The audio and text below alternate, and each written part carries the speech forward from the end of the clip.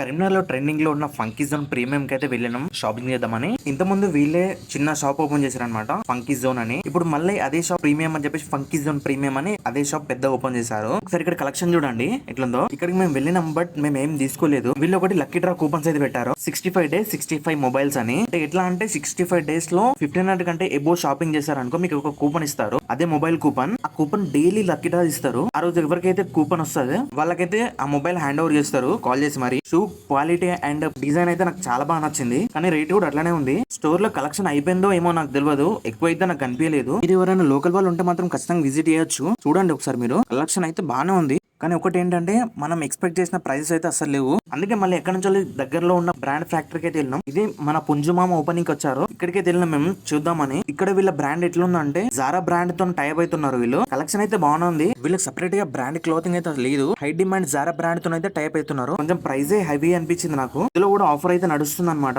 Full collection అయితే ఉన్నది ఇక్కడ. మేము ఇక్కడ కూడా షాపింగ్ చేయలేదు, మేము అక్కడ నుంచి గణేష్లం చూద్దామని వెళ్ళినాం. ఇది కరీంనగర్ ఫ్లైఓవర్ దగ్గర అయితే ఉంటది. ఇక్కడ ఓన్లీ మట్టిలతో మాత్రమే తయారు చేస్తారు గణపతులని. వీళ్ళు ఎట్లా అంటే మనం ఏదైనా ఫోటో తీసుకొచ్చి నచ్చిన ఫోటో తీసుకొచ్చి వీళ్ళ దగ్గర ఇచ్చినాం అనుకో, సేమ్ యాజ్ గా తయారు చేసి ఇస్తారు. చూడండి ఒకసారి ఈ అన్న ఎట్లా చేస్తున్నావు మట్టితోని, మట్టి అండ్ గడ్డి. కానీ చాలా అంటే చాలా ఓపిక ఉండాలి. ప్లాస్టర్ ఆఫ్ ప్యారిస్ మాత్రం అస్సలు యూజ్ చేయరు. దుర్గమ్మని కూడా ఆల్రెడీ రెడీ చేస్తున్నారు. వీళ్ళ దగ్గర 20 feet హైట్ గణపతులు కూడా తయారు చేస్తున్నారు, కానీ హైలైట్ అయితే చేస్తున్నారు వీళ్ళు. ఇప్పుడు సీజన్ అయిపోయిన తర్వాత మళ్ళీ అసలు ఖాళీగా ఉండరు. మళ్ళీ నెక్స్ట్ సీజన్ కోసం మళ్ళీ మట్టి తీసుకొచ్చి మళ్ళీ రెడీ చేస్తూనే ఉంటారు.